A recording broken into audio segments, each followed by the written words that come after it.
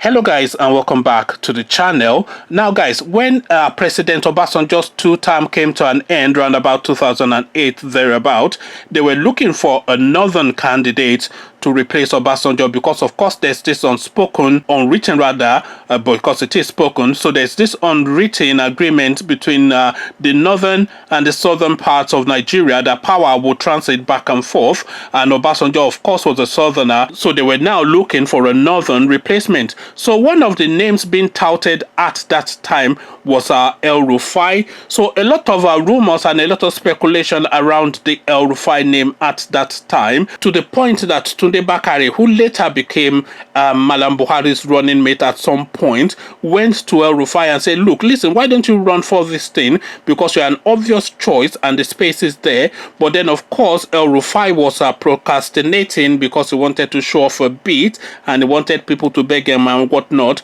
But then that window of opportunity passed him by, and Yar'Adua, of course, was then picked, and Yar'Adua subsequently went on to become Nigeria's president for a very short period before he sadly passed away. So this is the narrative and the background to this particular story that I'm about to bring you, because El-Rufai, of course, has been nursing this ambition towards the first seat in Nigeria for a very long time. So with that, guys, I bring you this. 2023, Governor El-Rufai campaign office opens in Jos. So that's the headline. 2023, Governor El-Rufai's campaign office opens in Jos. So now let's see what the Mini Malami is doing this time around. A political group under the aegis of Nasiriyah Organization Support Group, NOSG, has opened a campaign office in Jos Plateau State to kickstart the presidential campaign of Governor Nasir El-Rufai ahead of 2023. Speaking at the opening, the NOSG's national chairman, Ibrahim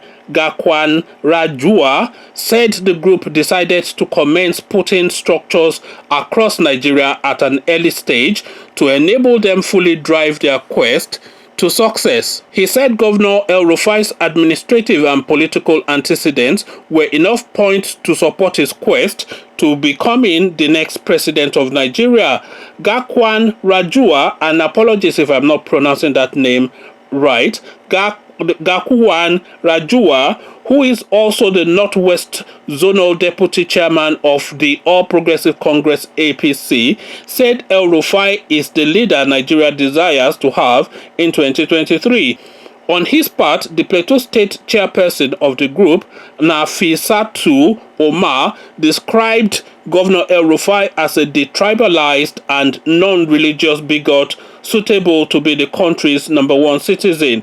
Malam Nasir El-Rufai is the best person for Nigeria in 2023 because he is not corrupt, he is not a religious bigot, not tribalistic as seen in his governance of Kaduna State, embracing everybody, she said. Highlight of the event was the official opening of office, inauguration of Hajiya Omar as Plateau State chairperson of NOSG, and other state officers. So short and to the point, and of course this is now El-Rufai now showing an indication that he is in that race too, because you will recall that a few weeks ago I brought you news of an Ogun State office being opened for the Tinubu candidacy. So it is quite clear now, and there's absolutely no doubt anymore, that the race for the APC seat for 2023 is between Tinubu and El-Rufai. So this is now the race. So the first port of call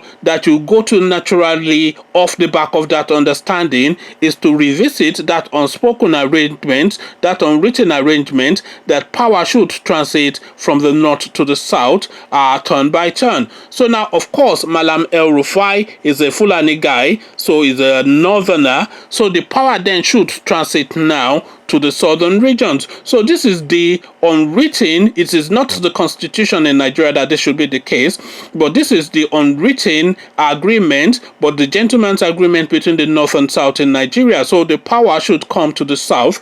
But of course, as I said, crucially, this is not a written rule. This is not a constitutional requirement. This is just a gentleman's agreement. So now the El-Rufai argument and the El-Rufai camp is exactly that this is not a constitutional requirement. This is not something that is legally binding, and the country will be denied its best opportunity if the very best is not allowed to run for the seat. So he is going to go with a merit argument. This is what he is going to use, that look, the best person now, the country is in such a state that the best person to run the affairs of the country should be the person that sits in the Aso Rock seat, not a tribe, not a Northern South, but the very best candidate, and he would then put himself forward as exactly that person. So this is the narrative that is building up now in the build-up to 2023, because have no doubt about it, the build-up to 2023 is now in full-fledged.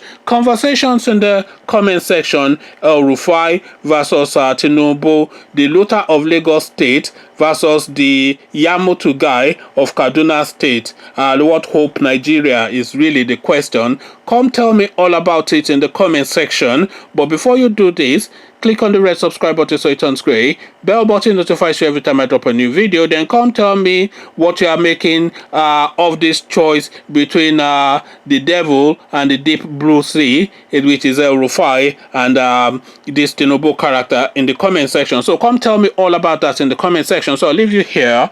Join you in the comment section. But here I say peace.